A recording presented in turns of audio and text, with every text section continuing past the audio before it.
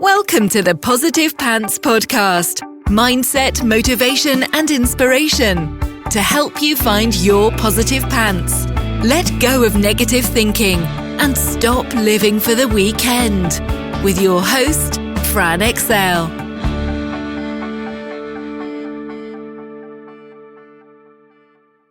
So welcome to the show. As always, it's Fran Excel Mindset Coach, helping you find your very own pair of positive pants so you can get out of your own way and live a life that you love. Thank you so much for joining me. I'm very grateful you've chosen to put me in your earbuds today. Please do hit the subscribe button so you don't miss anything, and do leave me a review. I love reading them, and it really helps me get found by other people who need to hear what I share. I'd also love you to email me your mindset and productivity questions or topics you'd love me to cover to hello@franexcel.com, because I know a lot of you think I'm inside your heads because you tell me all the time. But if I don't know what you need, I can't give it to you. So let me know. Success is a funny thing. We are so conditioned en masse and individually for what our version of success should look like.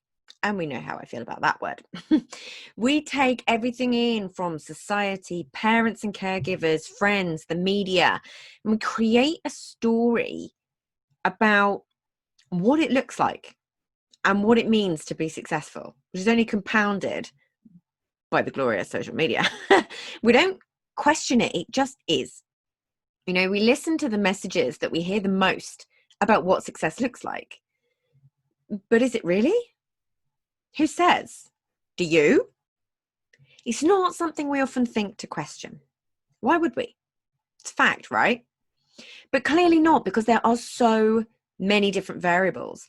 Do you value freedom or money? Do you value time or status? There is no right answer. There is no one size fits all. But it is, in my opinion, fundamental to know intimately what your version of success looks like. What are you really, truly striving for in life? What are you attaching to your identity? Is it a title, an amount of money per year, a lifestyle, just to be able to enjoy time with your family? Is it hustle? Is it ease and flow? Is it a lack of worry? Is it just loving what you're doing? When we don't really know what success looks like truly for us, it keeps us always chasing the thing that we don't have, instead of taking time to acknowledge what we do have and how far we've come. So the reality is that we all have different starting points, right? We have different goals, traumas, experiences, ego stories, and patterns to contend with, and no two unicorns are identical. We all have a unique makeup of who we are. So what would happen if we questioned our own version of success? Is it even our own version of success at all? Where did your beliefs around success come from? Around what success is, what it looks like, and what it means? What did you see and model growing up? What are those beliefs? Are they true?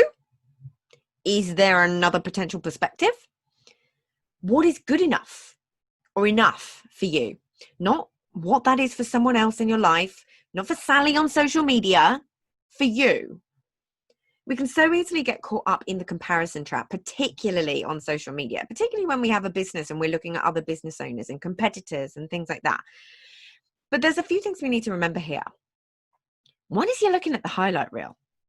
You have no idea what's going on behind social media. You can look at someone else and wish you had what they had, but do you really, when you get down to it, when you look a little closer? You don't know if they're actually working 14-hour days, if they have that level of success because they don't see their kids or their relationship is falling apart, if they have a team of 20 people behind them that they have to manage. You don't know if they even really have that level of success at all. By success in this, I mean income in this instance. You don't know if their health is suffering. With any of that taken into account, is it worth it to you? Like I say, there is no right or wrong or judgment, but let's make sure that you are dealing in facts so that you can make the right decision from you. Let's make sure you're coming from the conscious instead of the unconscious. Take away the layers of other people's opinions. Take away the layers of your conditioning and see through the fluff. When people talk about income, they are very rarely, if ever, talking about profit or what they actually earn, salary. You can very easily have a 7-figure business. I have lots of friends that do, but they may only have a 10 to 20% profit margin. Again, there is nothing wrong with that. It's just a very different level of income and a very different story to the one that's in your head. Still a great one, in my opinion. But my point is, so much focus is put on the vanity metrics. What is important to you? You can see why this is fundamental to understand. You have to be clear and see through the marketing speak to what is actually reality.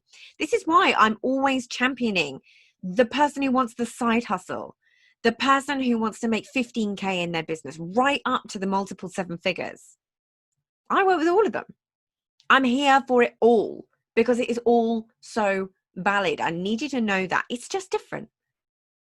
Don't ever let anyone let you feel like your goals are not enough and that they don't mean that you are hugely successful in your own right. Be clear about what you need and what you want. So how do you measure it? Know what lifestyle that you want to live, what that looks like.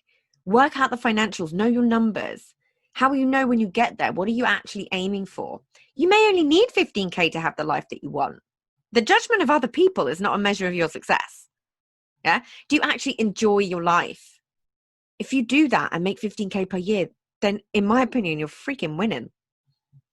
What do you need to be able to live the life that you want? What hours do you want to work? How many days per week? Can you take time in your day for lunch, for a power nap, to go for a walk, to meditate, to read? Can you do that? Your value isn't directly attached to what you earn or a title.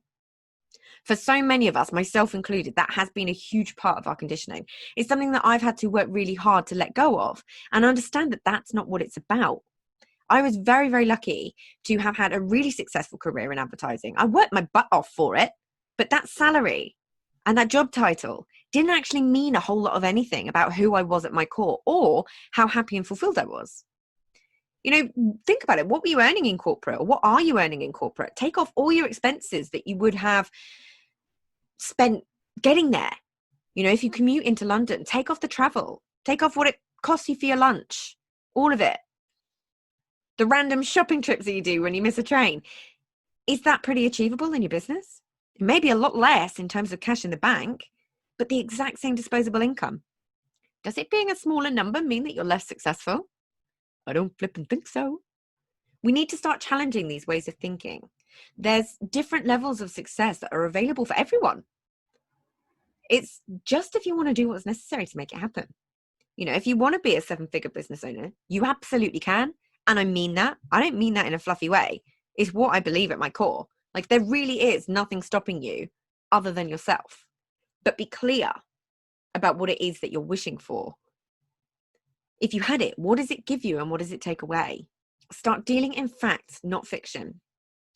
Think about it. 100K to someone who lives up north in the UK is going to go a lot further than it would for someone down south. We could sell our house in Kent, an hour from London, and be able to afford a mansion or a flipping country estate in Cumbria. But what's important to us right now is being close to London, near our friends, near the beach, near family. My point here is it's really, really easy to look at someone else's lifestyle and think that you can't have it. But if you just look a little bit deeper, this is what I'm always saying about reframing I can't to how can I. There are probably myriad ways that you could. It's just that other factors are more important right now. So all the stories that we're telling ourselves. But then when you have that, it becomes a choice that you make rather than something you wish you could have, but tell yourself you can't. And then don't allow yourself to actually enjoy what you do have. So what do you need to make you feel like you love your life? What are the non-negotiables for you? The big piece of the puzzle that gets missed off is whether you actually get to enjoy your life and what that looks like. That is what is important. The pressure that you put on yourself to earn the buzz figures, it takes away from the success you've already achieved and takes away your enjoyment. That doesn't sound successful to me, but that's my personal choice. Knowing your good, better, best goals are great for this. Shoot for the moon and you'll land, even if you miss, you'll land among the stars. Great quote. Having those stretch goals will mean you're always going to get further than you would without them. But really understanding your numbers and what's really important to you is going to mean that you win every single time. So, if you got value from this and you know in your gut that now is the time to step up and start rewiring your thinking and changing things for yourself, then book in a free discovery call so we can work out what needs to happen to get you from where you're at right now to the action-taking success you know you can be. And if you want my eyes and ears on your problems, I work with people one-on-one and through my Proactive Pants Mastermind. So stop waiting for if and when and decide to change things now, because you can. And as always, I hope that was helpful. So any questions, just let me know. And as always, I will see you next week.